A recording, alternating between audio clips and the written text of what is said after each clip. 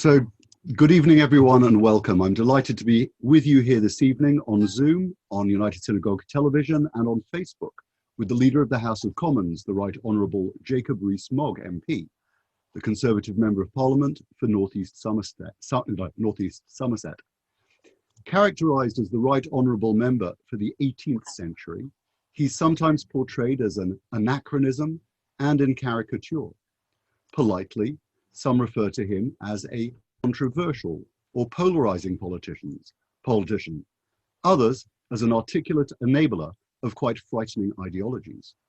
Jacob Rees-Mogg makes no bones about the fact that he's a practicing Catholic and believes in the teachings of the Catholic Church. Those who find religious teaching distasteful describe adherents as bigots. Those who believe that people with religious convictions are less deserving of free speech might also be described in such terms. Jacob Rees-Mogg has described the name-calling as part of the flotsam and jetsam of public life. It's been a frenetic time in Parliament, and we're very privileged indeed that Jacob so readily accepted our invitation and has joined us in conversation this evening. Welcome, Jacob Rees-Mogg. Well, thank you very much, and thank you for the generous introduction. And I'm very honoured to have been invited to join you, to join other people who have faith, which I think is so important, and to join the United Synagogue. As you may know, John Paul II referred to the Jewish people as our elder brethren in the faith of Abraham. And I think that is the most wonderful description that helps bridge division and bring us together. And so I'm very honoured to be joining you this evening. So thank you very much. Can you tell us, how did you come to be in public life? Well, my father was in public life. He was the editor of the Times and had stood for Parliament. And therefore, politics was the staple of family discussion. Indeed, I'm not sure we had much other conversation other than politics, and perhaps the weather occasionally, being British, but politics dominated, and lots of politicians were visitors. And therefore, I always knew that public life was something that it was possible to do. And I found politics extremely interesting. And then when I was at university, I got involved in the Oxford Union, and we were at university about the same time. I think we were within a year or two of each other. So I got interested, got bitten by the bug, really, and then got involved as I got older. Right. And what is the calling? What leads someone into public service? It's a very good question. And I think you're right to say calling, because public service is very interesting. It's very enjoyable. But it is also an opportunity to serve, to give back. And I think that is a very important part of life. I mean, I've been very fortunate in my upbringing, in my family, in coming from a loving family that was a safe place to be. And I think if you've been fortunate, you do have an obligation to give back. And I mean, in a way, I could ask you the same question, though I think the religious calling is a higher calling than the political calling, because you're dealing with people's souls, which are ultimately more important. So I'm flattered that you put it in those terms. So I was completely enthralled by Rabbi Dr. Jonathan Sachs, who was my rabbi at Marble Arch Synagogue. And really that was who, more than anyone, inspired me into the direction I took. So I can ask you the same question. Who inspired you into the direction you took and the political views that you espouse? Oh, I think my father was the most important inspiration for my political career and my political beliefs. And my political beliefs, as with almost anybody, are not the sort of simple left and right that you might expect. My father had conservative views, but he was also a great believer in liberty and freedom, which are views that I also share. So I'm not from the authoritarian wing of the Conservative Party. Right. What do you particularly think you have to offer the country? I think it's a very difficult question to answer directly, because that what one has to offer is in combination with other people. It's not a sole and selfish thing that I can offer this which nobody else has. it's a question of what can I do combined with other people to try and advance beliefs that I think are important for the country and will lead to the country being better governed and people's lives being improved. Can I do it on my own? Not conceivably. So by my individual thoughts and views, I can't change very much at all. But working within the political party, I hope I can, with others, help achieve a better country, a better standard of living for the individuals within the country. And ultimately, the aim of politics, in my view, is to allow people as far as possible to lead the lives they want to lead, and for politicians to remove the obstacles in their path, rather than to tell them how to lead their lives. And if I can clear obstacles from their path, then I'm doing something useful. So which are the thoughts and beliefs that you would like to have us excited by, even though we're going to make our own choices? I think, first of all, it is having confidence to make your own choices and the feeling that you will make your own choices better than I can possibly make them for you. And I think the individual and the family build up the community, society, the country, rather than the top-down approach that is very heavily directing of what individuals choose to do. And I think you want a state that enables people to do that, enables people to make choices rather than trying to direct them. And what does this mean when you come to policy terms? It means recognizing what people want and recognizing that what people want for themselves is very often not what is convenient for government. So what do I mean? If you look at the history of planning law since the 1940s, the planners have consistently thought that it was a very good idea to build tower blocks. Voters have almost always thought that this was a very bad idea. About 3% of voters consistently in opinion polls have said they would like tower blocks, about 80% houses with gardens. And I'm of the school of political thought that thinks that if people want houses with gardens and not tower blocks, that is what you should ensure the planning system provides, rather than saying, well, too bad, you've got to have tower blocks anyway. The bottom-up approach is not one that we find particularly within the Catholic Church.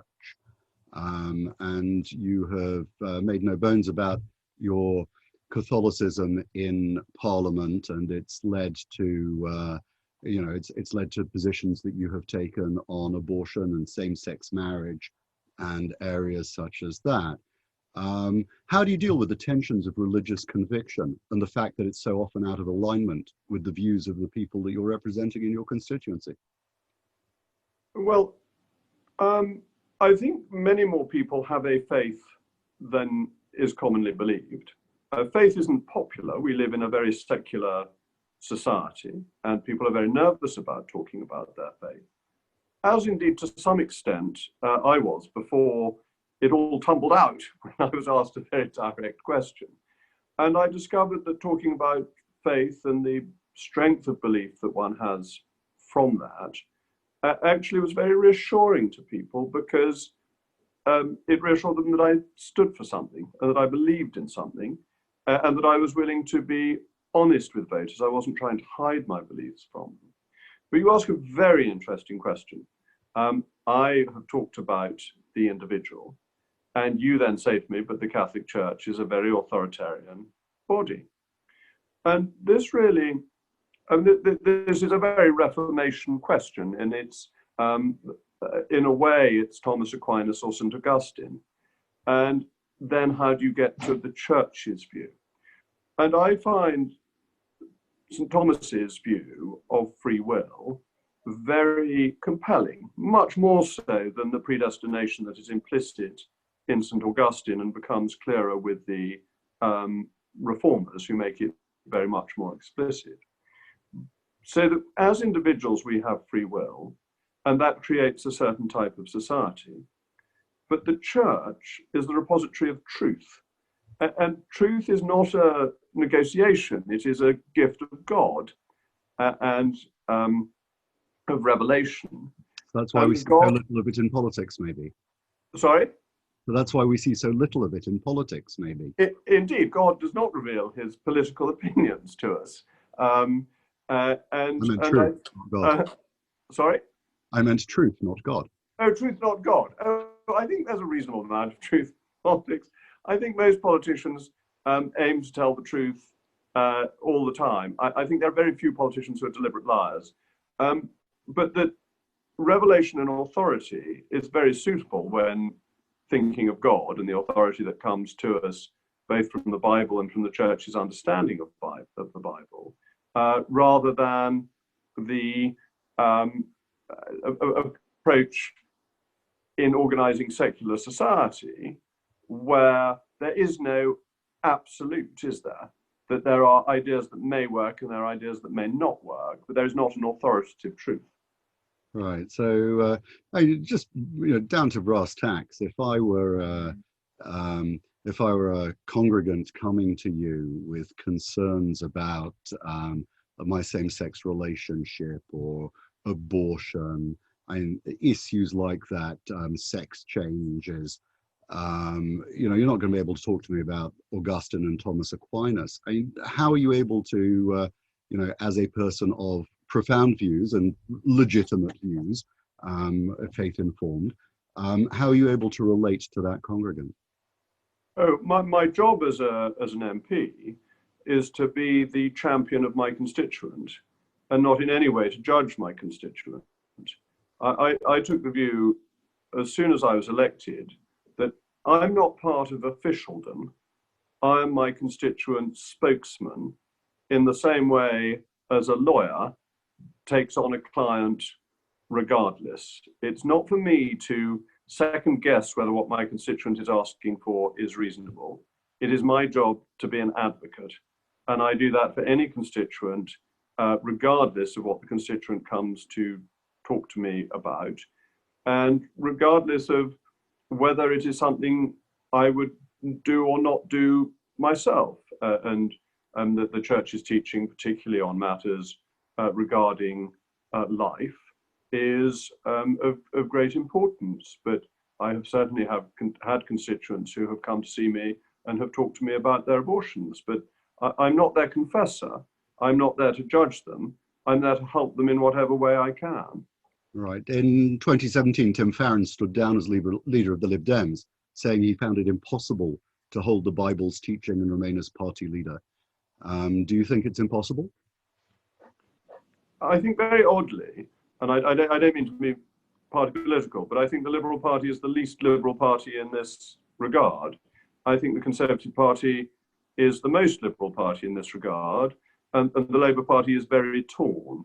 Why do I say that? Well, David Alton had to leave the Lib Dems because he found being a Catholic in the Lib Dems was impossible. As a Conservative, there are people who very profoundly disagree with me and have made that very clear on these issues, but they are nonetheless Conservatives as I am a Conservative. The Labour Party is torn because historically Catholics were very strong supporters of the Labour Party, and it has a strong Catholic tradition within it. But it has moved to a more secularist position where those views are now quite hard to hold and to be selected for a seat as a Labour candidate. Right. So you think you could be leader of the party?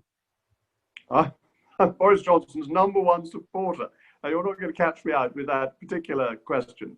I backed the Prime Minister a year ago very strongly for the leadership. I thought he was the right man to do it, and I still think that. And I want him to carry on for a good long time. And I'm about the same age as him, so he has my full support. Right, but do you think you could be Prime Minister? The technical legal position is that a Catholic may be the Prime Minister, and that's been true since 1829. The last post that was withheld from Catholics was the Lord Chancellorship, which was changed in the 1970s. Right. The first leader of the what's the responsibilities of the leader of the House? The responsibility of the leader of the House is the government's programme, primarily the legislative programme, but also the scheduling of debates in the House. Though in some ways I am merely the spokesman for the chief whip. That my job is to organise the proceedings in the House so that the Chief Whip gets his business through. Right. You also have the grand title of Lord President of the Council. What does that entail?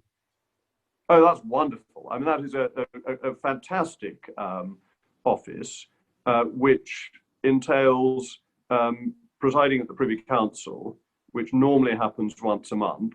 And the great thing about that is I get to see the Queen, of whom I am an enormous fan, and it is very exciting. I'm afraid I'm like a schoolboy when it comes to going to the palace and meeting the Queen. I find it enormously exciting and thrilling. It was a bit less so over Zoom, I'm afraid to say.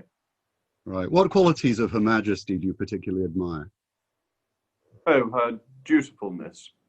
I think a dedication of a life to duty is just so fundamentally impressive, and carrying on doing that duty even into advanced old age, never flinching from it, always knowing what it was, and knowing that actually it's a very restricting duty. There are lots of things that the Queen may not do, and she happily accepts that sacrifice because by accident of birth she was born in line to the throne, became Queen, has never complained about it, and provides an amazing service to the nation. Another job that's not available for Catholics, as I remember. Yes, there was a bit of a problem with James II, as I'm sure you also are aware. Right. The first Lord President was probably Charles Brandon, who was a Catholic and almost executed by Henry VIII, marrying Henry's sister, Mary Tudor, against while bringing her back from France to England. That's absolutely right. After she had to spend 9 months in quarantine after her husband, King Louis, whichever he was, the 12th of France, I think. She had to wait 9 months just in case she was carrying the next King of France. And indeed, they ran off together. The King had promised his sister that if she married Louis, he would then let her marry whoever she chose. Of course, when she did that, he was absolutely furious. And not long after Lord President, possibly the next one, does get his head cut off for being on the wrong side of the Lady Jane Grey affair. So before I go into sort of rescuing the rest of the country from France, the value of the monarchy to the country? Constitutionally, I think it helps provide us with constitutional stability. It's a very unifying factor. I'm not sure I should wade into American politics, but having a head of state who is also your head of government can be more divisive than it is unifying. And not everybody always admires their political leaders, but the Queen provides a focus for loyalty that is above and beyond politics, and I think that's very beneficial. There's also something about, with this Queen, but it's true of most monarchs, because of the length of time they spend in office, there is a great deal of experience there, which can be drawn upon by politicians who don't have anything like that level of experience. And so I think it's constitutionally and spiritually beneficial for the country.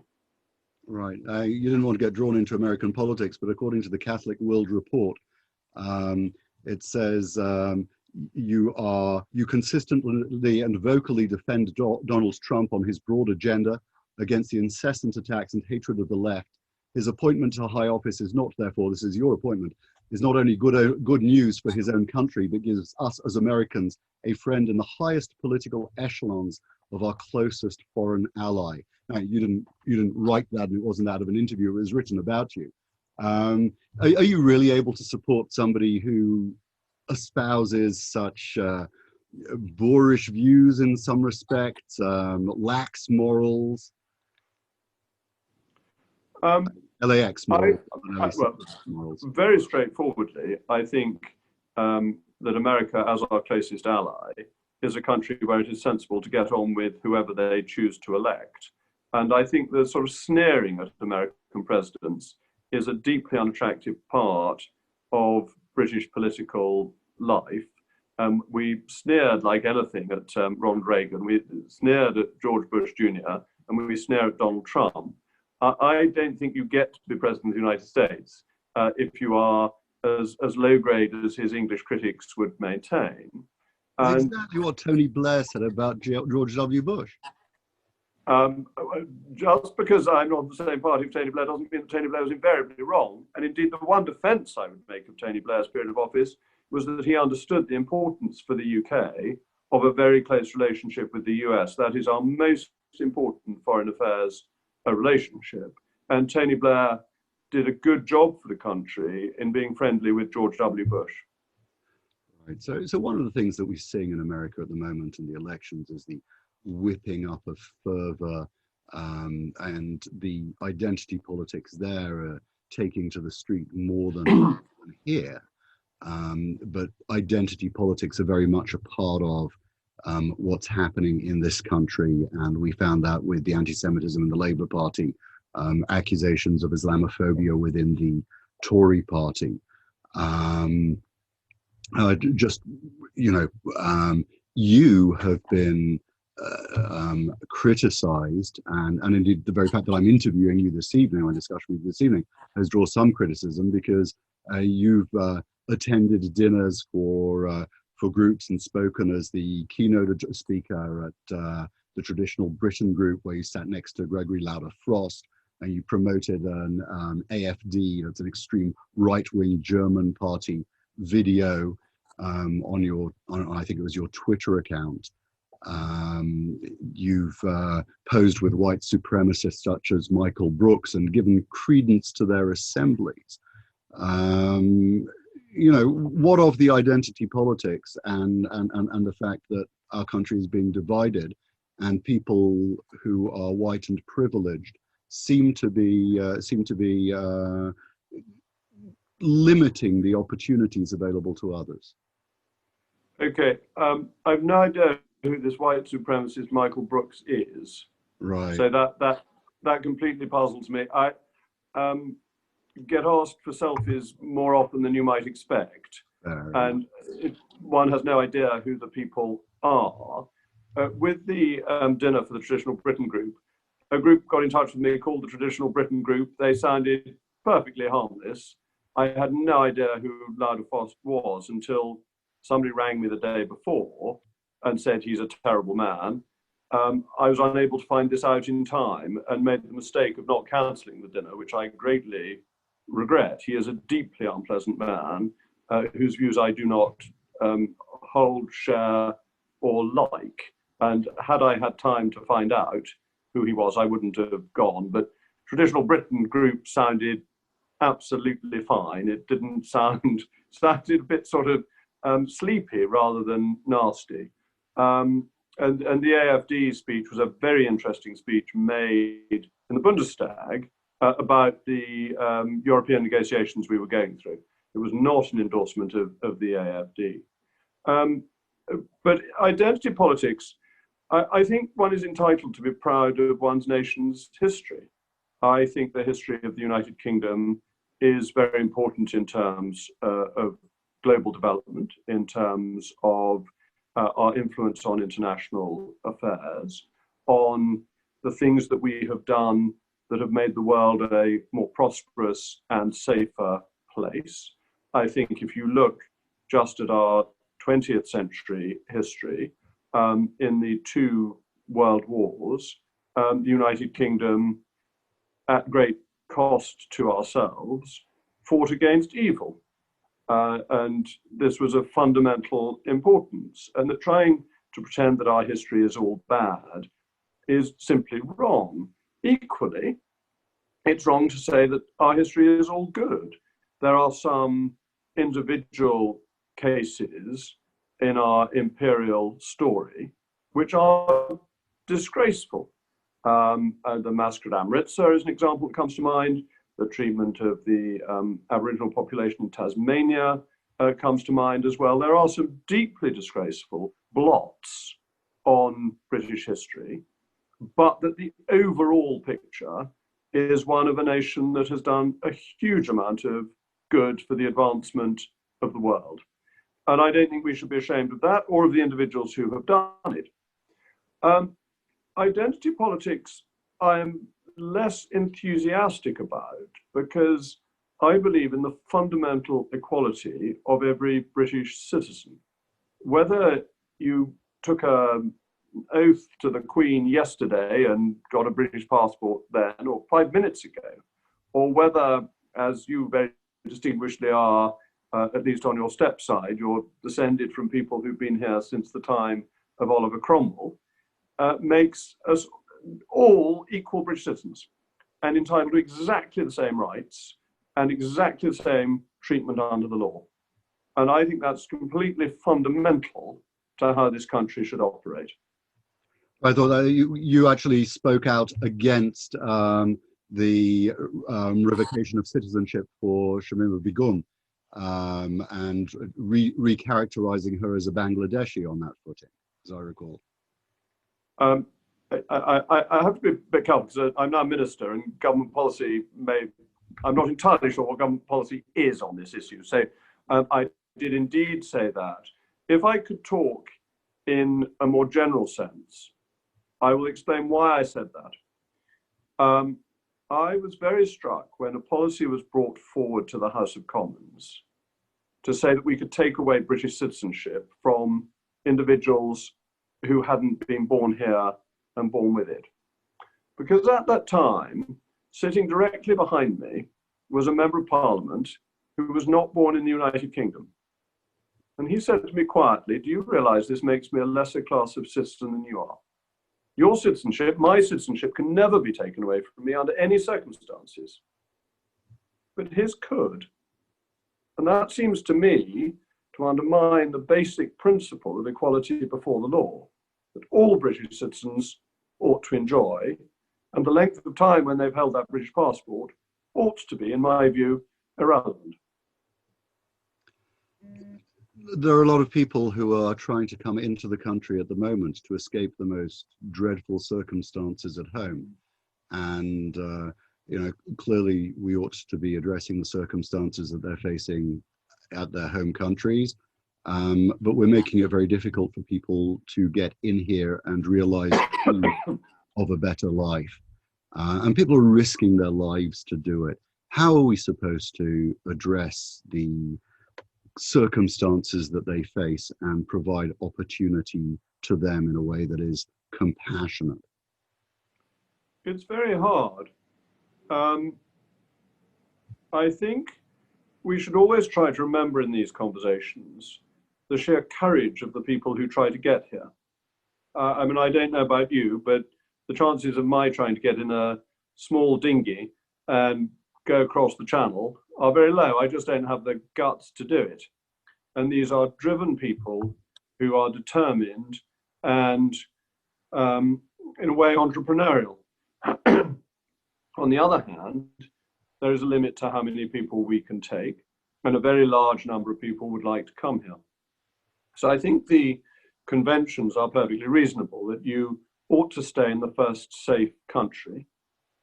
But I thought we were right around the Syrian disaster to take people directly from Syria who were particularly vulnerable.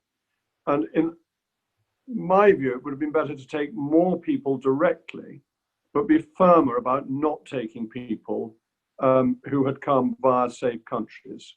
Because I think what you want to do is rescue the people who are most desperate, rather than the people who have got somewhere safe first. There is also the practical side of things, which is that if you allow people to come here who make these terrible journeys, you are in fact encouraging the criminals who operate the gangs that get them here, who make very large amounts of money from it. And if they don't get here, then in a way, you reduce the degree of desperation that is created by these criminal gangs. And I think it's therefore better to try and rescue people from the refugee camps directly, rather than to have a system that inadvertently encourages people to take these life-threatening journeys. We managed to find the wherewithal to create opportunities for everybody in Hong Kong to be able, who wants to join us. I know you spent about a decade out there. What are your feelings at the moment about the situation in Hong Kong? I wasn't there as long as a decade. I was there a few years, and I loved being in Hong Kong. I think it's the most wonderful place, and a very impressive people, most of whom were, of course, refugees or the descendants of refugees from Maoism. And they were British citizens until 1981, when we took it away from them. And we're now offering it back to them because China has reneged on the joint declaration. And I'm very concerned about the treatment of the people in Hong Kong. I think Britain has a strong moral obligation to them. And by offering them a route to citizenship, the government is doing absolutely the right thing. But I think it is concerning to see how a communist regime behaves and its lack of good faith in the implementation of the joint declaration. Right. It's not a specific violation of international law. Well, we have a treaty with the Chinese, the joint declaration, and the Chinese have broken the joint declaration by removing some of the freedoms that they guaranteed to the people of Hong Kong. Right, but how does one define which international laws a government might be able to break when it serves their interests? Well, I didn't mention international law. You mentioned international. I'm mentioning international law. It's a treaty. It's a treaty. Come on. The agreements between states are regulated in a number of different ways, but they are in reality diplomacy and politics. There is no court that can enforce upon the Chinese its obligation under the joint declaration. Right. But we are allowed to take steps like offering passports to the people of Hong Kong in retaliation for the Chinese government's undermining of the joint declaration. All right, but if we're looking at international law and withdrawal agreement, why are we able to cast aside in a limited and specific way international law? Well, the question there is the European Union acting in good faith in an agreement to allow goods to go freely between GB and Northern Ireland, which in another part of the withdrawal agreement it says it will. So you've got within the withdrawal agreement potentially clashing aspects of international law, and somebody has to determine them. And it seems to me the right body to determine them as they affect the integrity of the United Kingdom is the United Kingdom Parliament, not any other body. A number of senior United Kingdom lawyers that Her Majesty's government's interpretation is not very good. Well, that's what lawyers do. Lawyers always disagree. That's how they earn their fees. There wouldn't be much of it as lawyers if they all agreed. Right. Some of your own senior lawyers are not happy with the threat of breaking international law. Well, it's worth bearing in mind, if they wish to be this pedantic about international law, when we gave independence to India, we broke 400 treaties. And those treaties were with the princely states. And nominally, we were obliged to give the territories back to the princes, not to the creation of a single Indian state. So I think this idea that international law is as set in stone as some lawyers would suggest is simply false. And I thought you were going to come back at me with the Treaty of Utrecht there. Oh, well, I've already mentioned that. I thought I'd give you a different one. Treaty of Utrecht, however, as you mentioned, it is quite important. Because, well, it's germane to our audience here. That's absolutely right. Yes, it occurred to me that it is. And nobody in the world would want its rather onerous clauses enforced. I mean, the Spanish government... People here might not know what they are, so I give you the opportunity, Jacob, to the Treaty of Utrecht bans all Jewish and Muslim people from being in Gibraltar. And we have been in breach of this part of it pretty much since the treaty was signed. But even the Spanish... ending the War of the Spanish Succession. Yeah, absolutely right. I'm sure all of you knew that. I can't believe any of your wise and learned audience didn't know that. It's always good just to flesh some of these things out a little bit. What do you think the government's doing well at the moment? Well, I think we are handling the coronavirus crisis as well as anybody could. When you have a completely unknown disease, you don't know its transmission rate, you don't know its fatality rate, you have to take emergency steps to do various things. What has been done well? Well, first of all, the NHS wasn't overwhelmed. The building of the Nightingale hospitals was a remarkable achievement. It was quite funny in a way because China had built this new hospital in a few days. And we'd all said to ourselves, oh, the English could never do that. We're far too hopeless. And then we did it even faster. So, you know, that was very impressive. We managed to, through the universal credit system, much derided universal credit system, get payments to over 1 million people within a few weeks of the crisis striking. And the furlough scheme and so on has saved hundreds of thousands, if not into the millions of jobs. So some very important things have been done to protect the economy, to lessen the effectiveness of the disease, lessen the fatality rate, and to try and ensure that we are in a position to recover as the numbers tail off and, if God willing, we get a vaccine. So I think it's been handled as well as it possibly could have been, but inevitably that doesn't mean it's been handled perfectly. And the concentration is always on the mistakes rather than on the successes. I think our departure from the European Union is being handled well. I'm very pleased that the UK Internal Market Bill got through the House of Commons with such a large majority yesterday. And today we had some planning reforms go through, and I think planning reform is fundamental to allowing people to lead the lives they want to lead.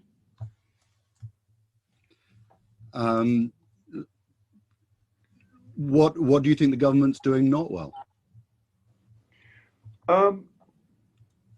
That's always a very difficult question as a member of the government who naturally supports what the government is doing. I think in the coronavirus crisis, mistakes have been made along the way. That although getting to 250,000 tests today has been a great success, in the summer when there wasn't a lot of demand, we encouraged people to take tests, and we've had to row back from that. So it's hard to say that communication was successful. So inevitably there are mistakes. All governments get some things wrong. But you were very strong on bringing people back into the House of Commons as a place of work and wanting debate to happen within the chamber itself. How important is it to bring people back into buildings and back into offices? And how do we balance that with the need to maintain social distancing and to work from home as much as is possible? Yes, I was indeed very keen to bring the House of Commons back. I think it's very important for good government that what the executive proposes is challenged by the legislature. I think it helps avoid mistakes. And I think it is a very effective way of raising concerns directly with the people who are making the decisions. I think it's one of the glories of our constitution that you can go and visit your MP on a Friday or Saturday, and that MP can raise this matter with the Prime Minister the following Wednesday.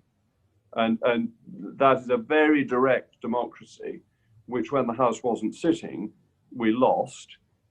And the virtual nature was very, very stilted. And laws are almost invariably a restriction of somebody's freedom in favor of somebody else. And that these should not be passed lightly or after an hour and a half's debate. They need to be considered properly. And so I think that the House of Commons being back is part of the essential public service, and that we lost something in terms of the government of the country without it. In terms of offices, I think the picture is very complex because there is the risk from the disease, but there is also the risk for people who find it very difficult to work at home, possibly because of their own mental health. That not all good people are good at being at home by themselves for an extended period. And the issues of loneliness, of lack of companionship, of disconnect from society, particularly for young people, working at home for me was absolutely fine. Really, I was in Somerset. I have 6 children and wife, and a garden. There was a society there of itself. But some of the people working for me were doing all their work from their bedroom. And that's very difficult for an extended period. And so you've just got to try and get this balance right and try and have COVID-safe work environments to try and put in the protections that you can, but recognize that there is a balance of risks. But you're trying to force people back into the House of Commons. No, the House of Commons has to be active. It's the duty of MPs to be there to hold the government to account. This is of fundamental importance, and it wasn't being done properly remotely. Right. Today, the Speaker accused the government of treating the House with contempt. And I've had a meeting with the Speaker subsequently. I'm not entirely in accord with his characterization of the way the government has treated the House. Fair enough. Fair enough. Thoughts on, you've now seen 2 leaders of the Labour Party in action against you. Thoughts on Keir Starmer as an opponent rather than Jeremy Corbyn? I tend generally to avoid personal attacks on people. And so I don't want to be particularly disobliging about Jeremy Corbyn now he's retired from the fray. Beyond saying I think that had he become Prime Minister, he would have been an absolute disaster for the country. And I think that the politics that he pursued would have been economically ruinous, would have damaged our international standing, and would not have left us safe. And that's before you get on to the issues of the anti-Semitism that he allowed within the Labour Party, which was more symptomatic of the general trend of real socialism. That real socialism puts the collective ahead of individuals, and therefore thinks that any clampdown on individuals and on faith groups, therefore, is a price worth paying. Keir Starmer is a much more serious proposition. He is not of the hard left. He is a successful professional, and I think he would not ruin the country. I don't think he'd be a good Prime Minister, of course I don't, but I don't think he would ruin the country. And I think that, therefore, from a Conservative point of view, he is a prospect that we must take more seriously. I mean, in 2017, Jeremy Corbyn almost won by mistake. But in 2019, the country was certainly not going to repeat that mistake. Right. You did your bit to destabilise the government of Theresa May. Right. We were promised one thing and another thing happened. Right. You said she must either govern. That's absolutely hopeless. That's absolutely hopeless. We were promised that Brexit would mean Brexit, and we got a withdrawal agreement that was going to make us a vassal state. What are we going to gain from Brexit? The restoration of democracy, that now how people vote can change the laws, and that seems to me to be fundamental. And it's going to be economically viable for us? I believe it will be economically prosperous, because I think that the decisions we make for ourselves will be better than those made for us by a broadly unaccountable bureaucracy. This is the Jewish season of penitence and repentance. On Monday, we spent 25 hours fasting and reflecting on the things we'd done wrong and for which we needed to say sorry.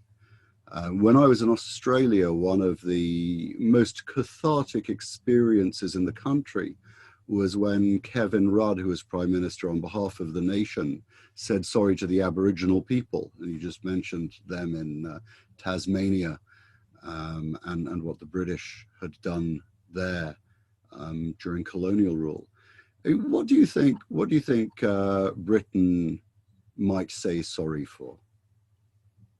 Well, first of all, I'm very glad that listening to me is part of your season of repentance, and I'm reassured by this.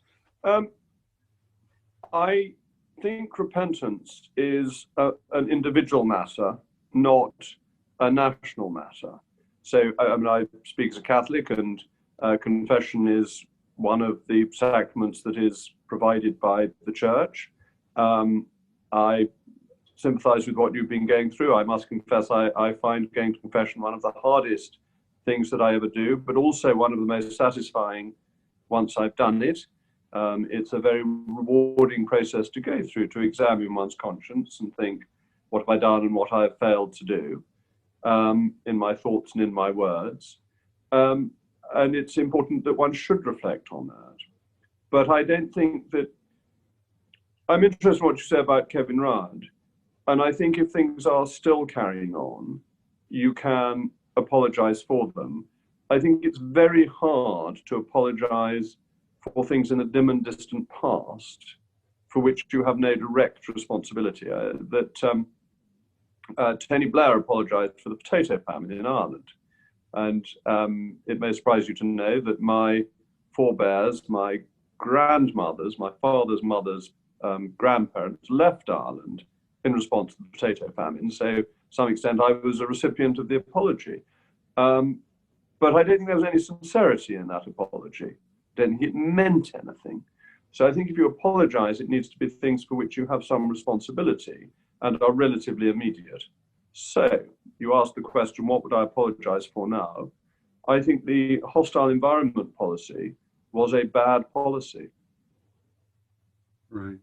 As somebody from an Irish Catholic background, going past Oliver Cromwell into Parliament every day must be an interesting one. Well, also, I don't approve of regicide. I'm sure you would sympathise with, or not expect me to have that view, that right. I'm a monarchist, even in the historic sense. So the symbolisms around apologies and the symbolisms around our emotions are really important. I mean, a lot of discussion recently about a Holocaust Memorial right outside the Palace of Westminster, and those who have been championing it say it's important that legislators can look out of their windows and see what happens when law falls into the hands of tyrants.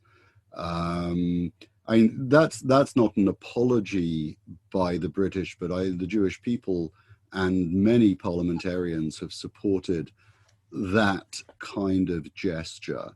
I'm wondering, you talk about national apology and it not being appropriate.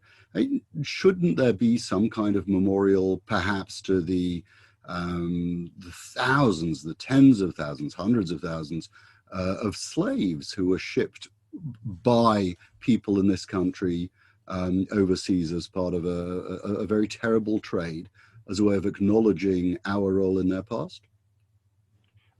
And of course our role in ending the slave trade too, because it was very much a British-led initiative, and it's very interesting the extent to which in the 19th century the British government was willing to sacrifice its diplomatic relations, both with, or particularly with Portugal and with the United States, over the issue of slavery. So I think you need to see history in the round, but I do think it's important that we have a Holocaust memorial because it is a reminder of what great evil can take place if democratic institutions are perverted.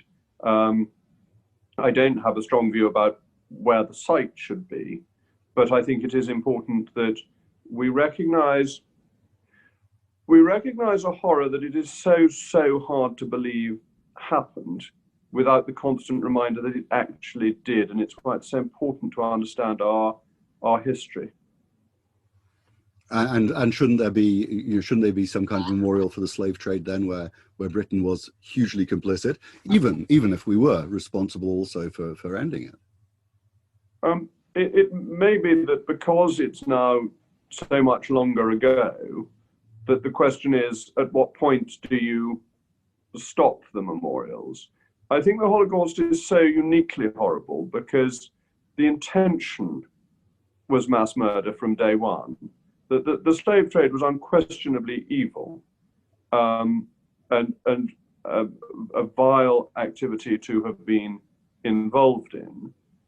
But sadly, slavery was part of the human condition from the earliest times. So it wasn't a uniquely and new horrible thing that we were doing. Though fascinatingly and surprisingly, Bristol, which is near where I live, was a centre of the slave trade not just in the 18th century, but also prior to the Norman conquest in 1066, that the Anglo-Saxons were slave traders, and Bristol was an important port for their slave trading. Right. I just slipped from where I was heading there. If you were allowed 6 people round for dinner, let's call it 5 people now for dinner, who could mingle, who would you put with them, or with you? Who would I invite? Oh, this is such a hard question.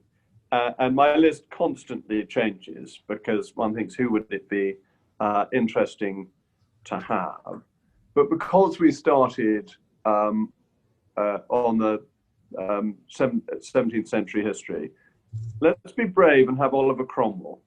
Well, I mean, I don't invite him because he's a hero. I invite him because he would be extraordinarily interesting to meet. I'd be fascinated to meet Alfred the Great, who is one of my huge heroes. I was about to say great heroes, then I'm getting too many greats into the sentence. Mm-hmm. So that's 2. I'm going back to people that I have had no chance of meeting. I'm not including people who are alive now or who were alive in my lifetime, who I may have met. I think it would be interesting, as we've been discussing slavery, to meet Wilberforce, to understand what drove him. So that's got 3 of them. I'd be very tempted to invite Baudelaire along. What was it like rebelling against the Romans, the big push against empire? And then finally, because I always include him, I should like Pitt the Younger to come to this dinner. Right. When we were chatting the other day, you told me about a family trip to Israel with your dad. I mean, the first time you'd been. Absolutely. When I was 3, I think. So I have some very early memories of going there. Right. So your dad was highly regarded by the Jewish community for his reports and the balance of a lot of what he said on Israel in the paper, and that's remembered.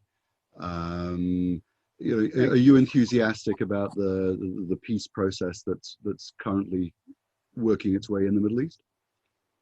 Yes, I mean, I think it's very important, and the recent agreement with Israel and the UAE is important, and the stories that there may be other states that are coming along.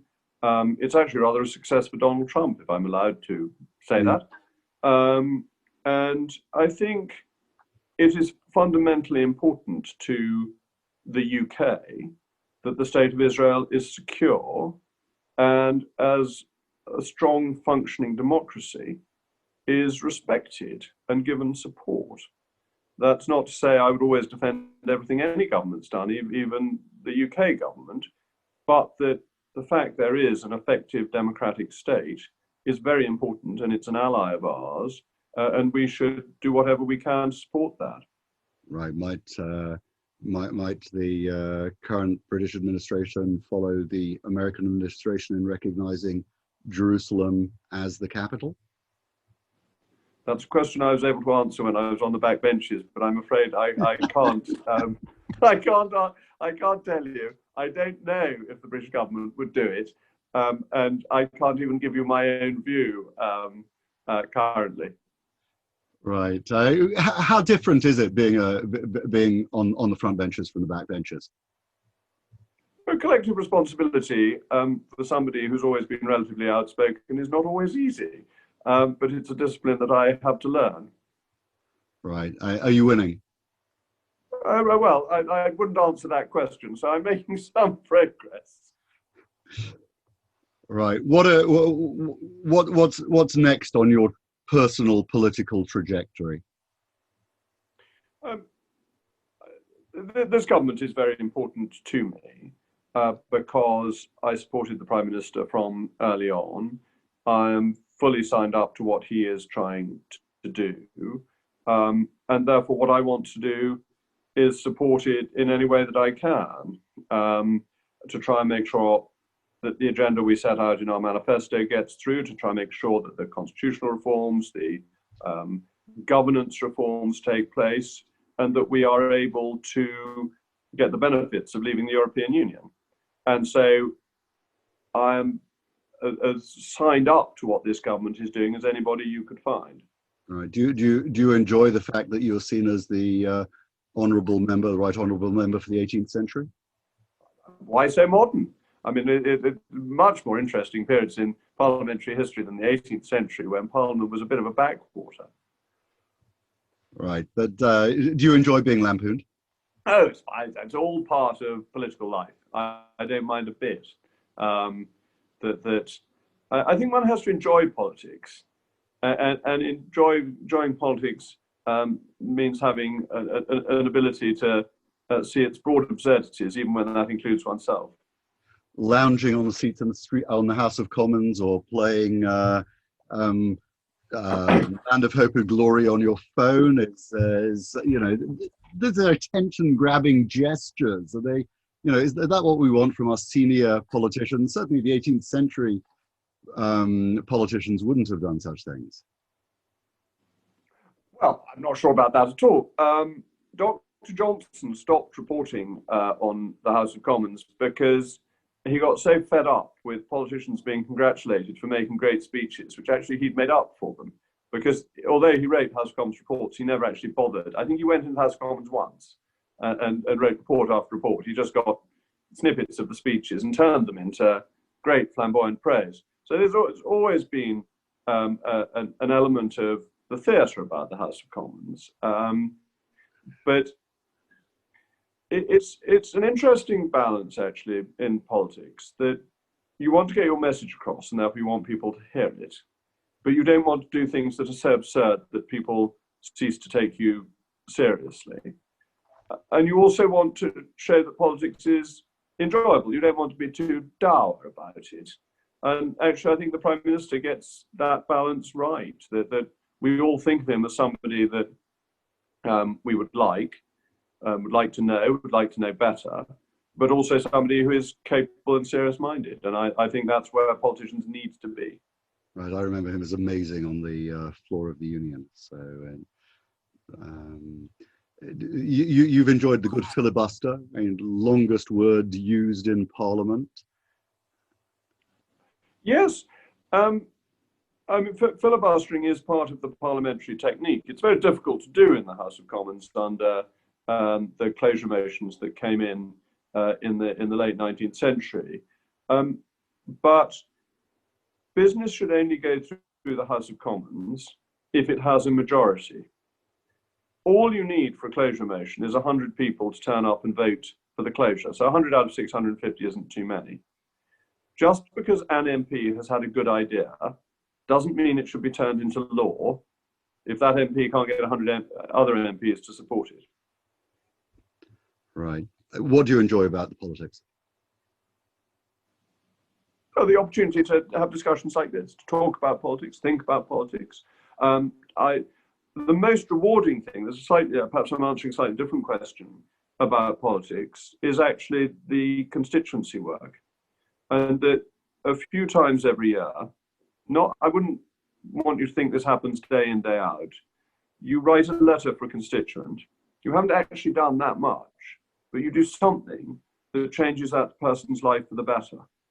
And that is the most rewarding bit of what I do. Sometimes you campaign on it for ages. sometimes just the one letter on House of Commons writing paper unlocks the problem for the constituent and really, really helps their life. And those are the proudest things that I've done as a constituency member of Parliament, and are more important than the showmanship, the lounging on the benches, the winning parliamentary votes. And it all comes back to individuals in the end. I think that's a wonderful place to end. Jacob Rees-Mogg, thank you so much for your time and your candor and your good humor throughout all this discussion. Thank you for sharing your evening with us in a really frenetic time within the country. And we, whatever our politics, we wish the government well and sagacity, wisdom in resolving the COVID crisis and charting a way forward. Thank you, and good evening all. Thank you very much, and I hope you will keep politicians in your prayers. Thank you. We do. Thank you very much. Thank you very much indeed. Goodbye. And thank you all for joining in.